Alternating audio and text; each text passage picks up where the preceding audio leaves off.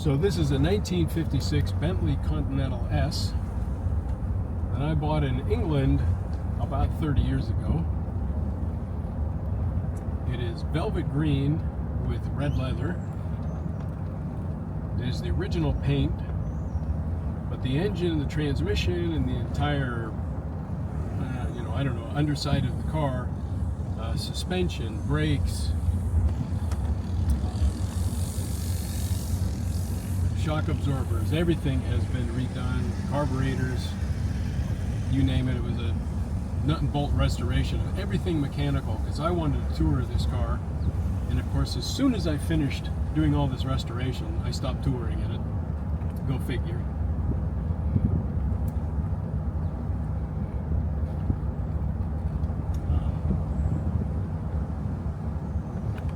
At 2,500 RPM, it goes, 70, 75 miles an hour. It's a great highway cruiser.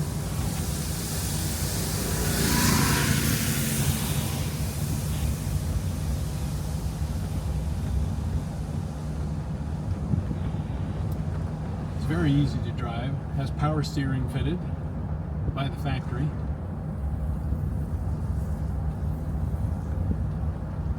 Is that the only British spec one to have the power steering? You hear that? I did.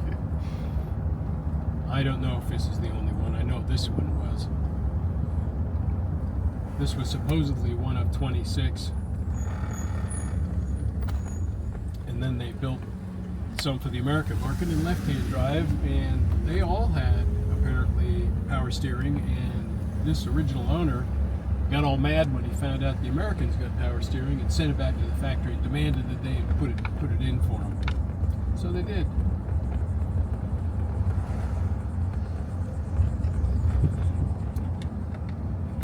Favorite memory with the car? Probably touring around the whole country. And you heard the neighbors as we drove by there. Cool car, I love it.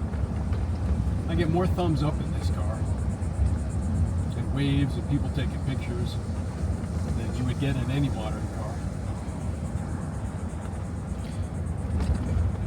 And then what's the longest tour you've done with this, would you say? Well, I drove from Wisconsin to Nevada in a day. That's over 1,000 miles.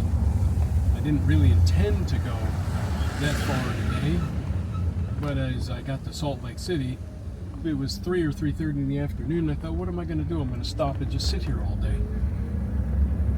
So I might as well keep going. So I kept going. But after 1,000 miles and 17 hours in the car, my back had had enough, even though the car was fine.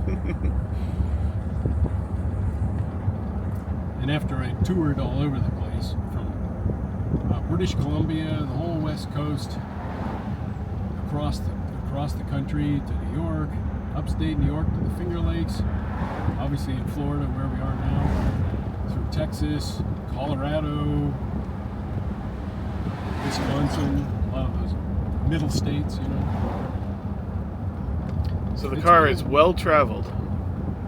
Yes, and then they did the restoration and it don't go anywhere anymore.